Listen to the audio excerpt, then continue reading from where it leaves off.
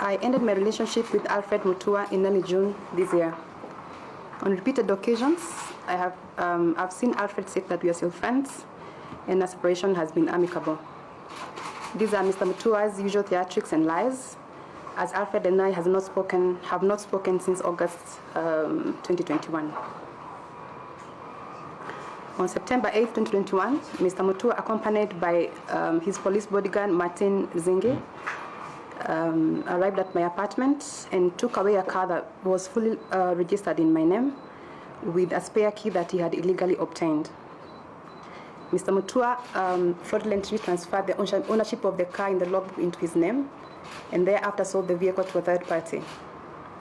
I filed a case which is pending in court, so I'll not comment further on this. I wish to rather state that the purchaser should be on notice that I maintain ownership to the vehicle. I call for criminal investigation into this serious criminal offense by Alfred Mutua.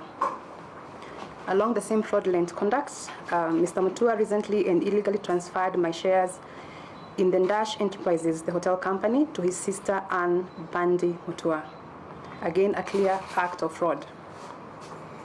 At no point did I execute a transfer of my shares or otherwise transfer my 1,800 shares, that is 45% shareholding the company, to him, let alone his sister.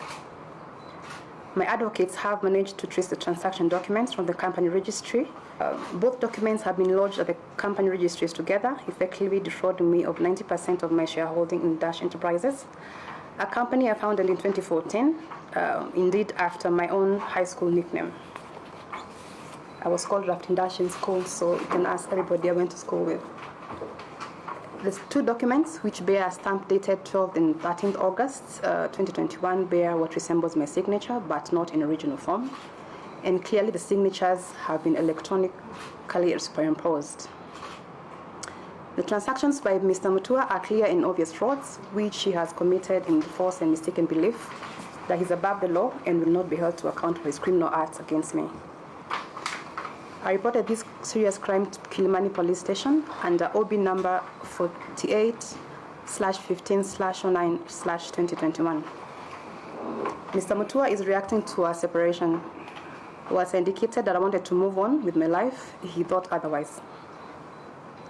At a meeting at Windsor Golf and Country Club on September 22nd, in the company of our two mutual friends, and after two criminal incidents, I requested Alfred Mutua for mature and amicable separation and reminded him that after all, we were not married.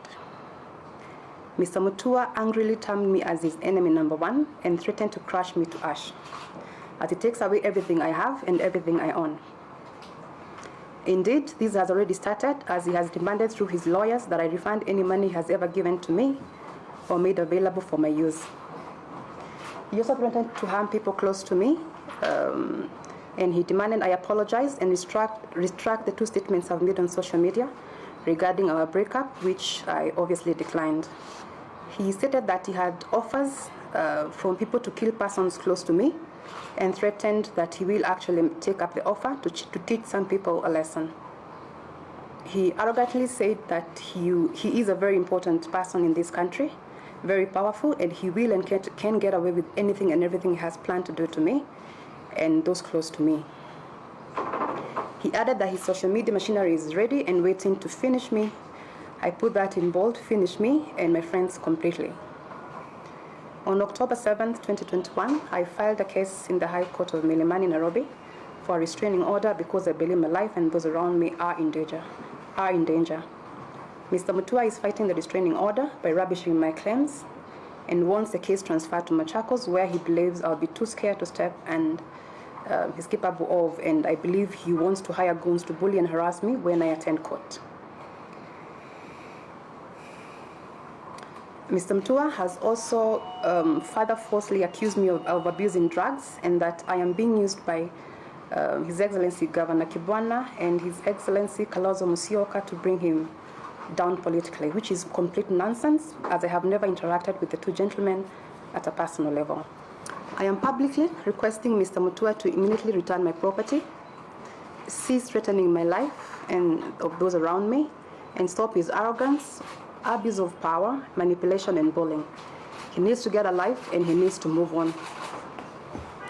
I therefore appeal to the Inspector General of Police and the Director of Public Prosecution to expedite the investigation and charge Alfred Mutua for the serious crimes he has so far committed, because I and my friends are scared and before anything else happens to us.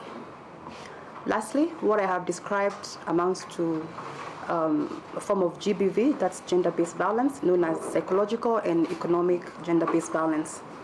Mr. Mutua is out to destroy me, both psychologically and economically, and must be stopped by the government. Any and every form of GBV must be shunned and the perpetrators punished heavily.